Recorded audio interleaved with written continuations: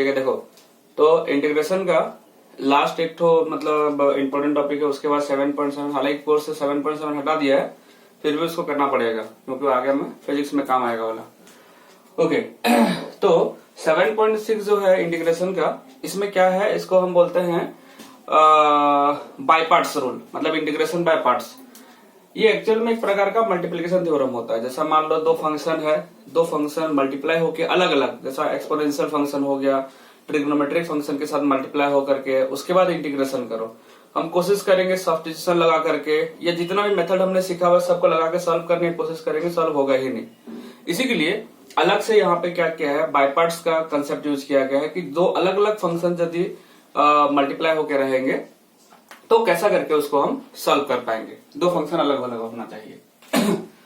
Okay, एक प्रकार का मल्टीप्लिकेशन थ्योरम है, ठीक है। अब इसमें पहले इसका हम फॉर्मूला समझ लेते हैं क्या क्या होता है इसमें। और ये कोई ऐसा स्पेशल चीज नहीं है, खाली इसका फॉर्मूला हमको दिमाग में रखना पड़ता है, और इसके पीछे का जितना कंसेप्ट सीखा हुआ है सभी का यूज होगा इसमें, और इसमें कोई एक्स्ट्रा दिमाग लगाना नहीं है।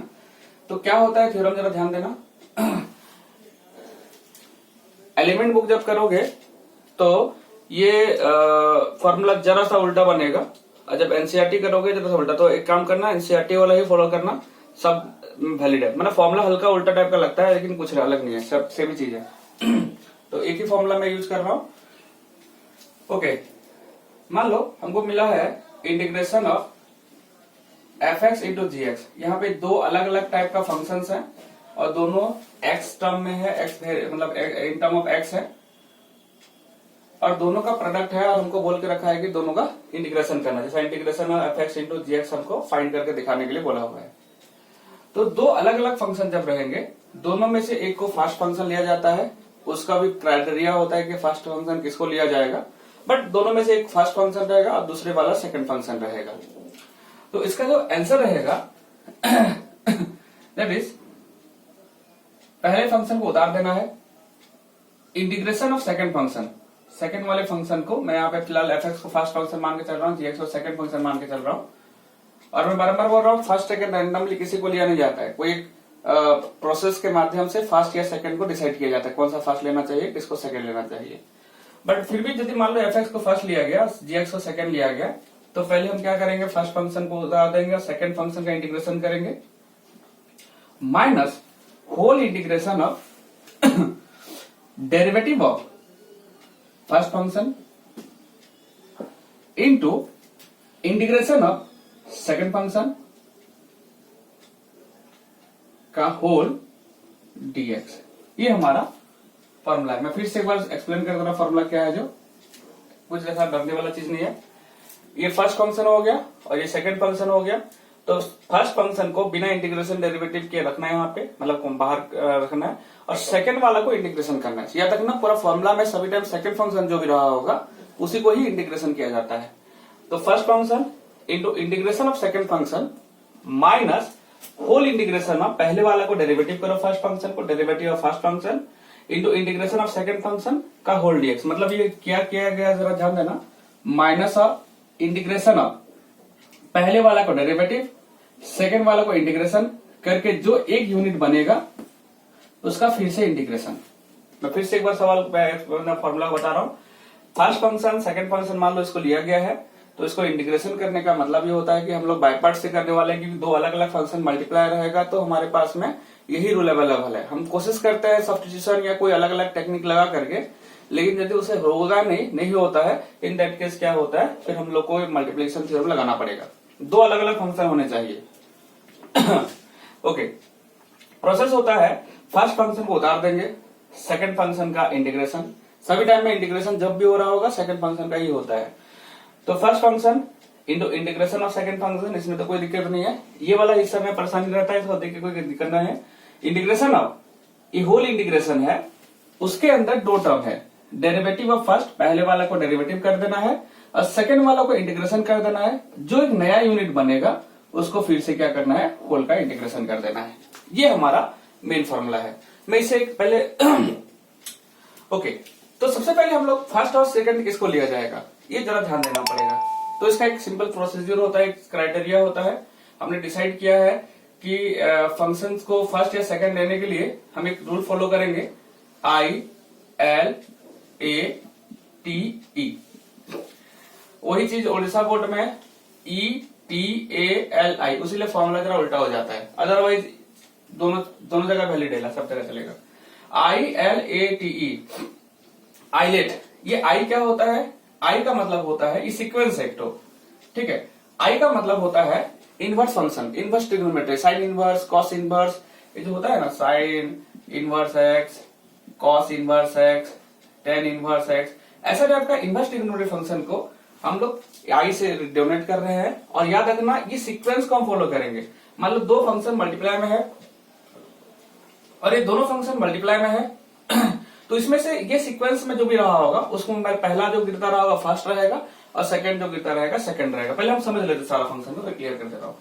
आई में हो गया inverse function, sine inverse, cos inverse, tan inverse, कुछ भी दिया रहेगा तो उसको हम लोग क्या करेंगे, साइन इनवर्स, हमारा इनवर्स ट्रिग्नोमेट्री फंक्शन वो हमारा हो गया आई।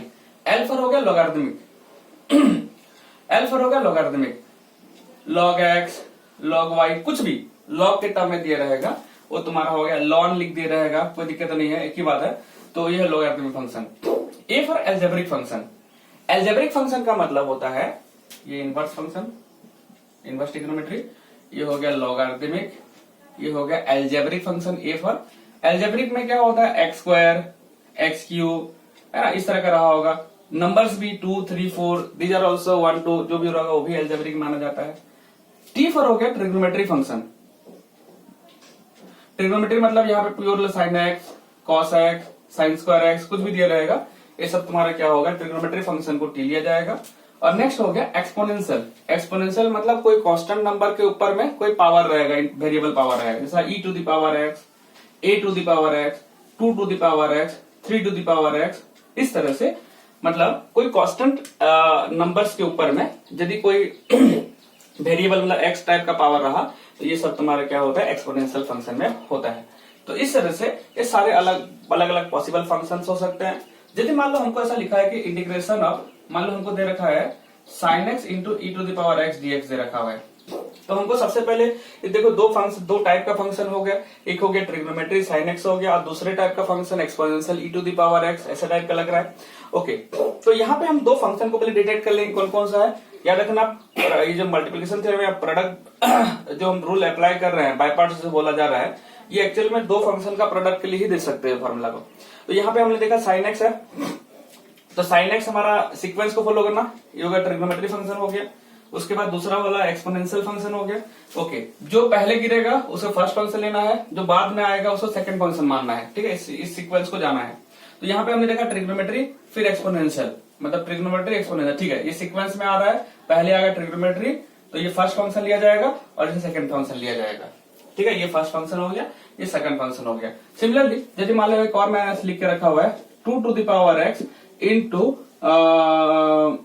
मान लो दिया हुआ है लॉग एक्स, ऐसा कुछ दे रखा हुआ है, इसको सॉल्व करने के लिए बोला हुआ है 2 to the power x into log x. हम देख रहे हैं यहाँ पे दो फंक्शन है, दो टाइप का फंक्शन है, एक लॉगरिथमिक फंक्शन है और एक एक्सपोनेंशियल फंक्शन है। तो अब डेफिनेटली हमको ट्राई करेंगे बाय पार्ट्स के थ्रू से हम इसको करें, लेकिन अब सवाल ये होगा कि फर्स्ट कौन सा लिया जाएगा, सेकंड कौन सा लिया जाएगा, तो फिर यही क्राइटेरिया को फॉलो करेंगे। फर्स्ट पहले देख लो ये टाइप कौन सा है, ये हो गया एक्सपोनेंशियल, ये हो गया लॉगरिथमिक। अब सीक्वेंस को फॉलो करो, लॉगरिथमिक पहले ही आ जा रहा है, आई एल लॉगरिथमिक पहले आ रहा है, फिर जाके एक्सपोनेंशियल आ रहा है, मतलब मैं बोलूंगा कि लॉगरिथमिक पहला रखो और फिर एक्सपोनेंशियल को सेकंड में रखो, जरा से अरेंज कर देना नेक्स्ट स्टेप में। तो लॉगरिथम को पहला ले आए फिर एक्सपोनेंशियल, इस सीक्वेंस को फॉलो करना, जो पहले आता रहेगा उसको फर्स्ट फंक्शन, जो सेकंड में आता रहेगा उसको सेकंड फंक्शन लेना है। ओके, तो लॉगरिथम हो गया log x और मैंने जरा अरेंज कर दिया, ये हो गया फर्स्ट फंक्शन, ये हो गया सेकंड फंक्शन। और इसी तरह से हम लोग को क्या करना है, कोई भी क्वेश्चन दिया रहेगा तो हमको करना ये रहेगा कि इस सीक्वेंस को फॉलो करना रहेगा, जो पहले आता रहेगा वैसा फंक्शन को फर्स्ट फंक्शन ले लेंगे और जो बाद में आता रहेगा इस सीक्वेंस में उसे सेकंड फंक्शन माना जाएगा। ओके, कोई परेशानी होगा संग संग बताना, ठीक है। सिमिलरली एक और ले लेते हैं, जैसे मान लो इंटीग्रेशन ऑफ हमको दे रखा हुआ है sine inverse x into log x, ये हमको एक बार से सवाल अपने मन से ले लेता हूं। मान लो x square into log x दे रखा हुआ है, तो हमको जरा सा क्लियर करना है कि कौन सा फर्स्ट फंक्शन कौन सा second function. Type of function पहले डिसाइड करो, ये हो गया एक्स स्क्वायर, ये अलजेब्रिक में चले गया और ये हो गया log x, ये लॉगरिथम हो गया। तो सीक्वेंस को फॉलो करो, कौन सा सही बनना चाहिए, कौन सा सही बैठना चाहिए। तो हम देख लेते हैं, अरे तो x स्क्वायर log x है, तो यहाँ पे एक चीज देखो, x स्क्वायर हो गया एल्जेब्रिक, ये हो गया एल्जेब्रिक, ये हो गया लॉगरिथमिक। कौन पहले आता है, पहले लॉगरिथमिक आना चाहिए, सीक्वेंस बनाना है। तो लॉगरिथम फर्स्ट फंक्शन लेना है, एल्जेब्रिक सेकंड फंक्शन लेना है। ओके, तो इसका मतलब मैं इसको अरेंज कर देता हूँ, log x into x square dx। उसके बाद में फिर हम लोग को ये फॉर्मूला डालना रहेगा और सॉल्व करना रहेगा। ओके, थ्योरी इतने ही है। मैं इसके बाद से एक दो फॉर्मूला और है, तो इसके बाद से मैं इसका नेक्स्ट वीडियो में इसका नंबर सॉल्व करने का तरीका बताता हूँ। ओके।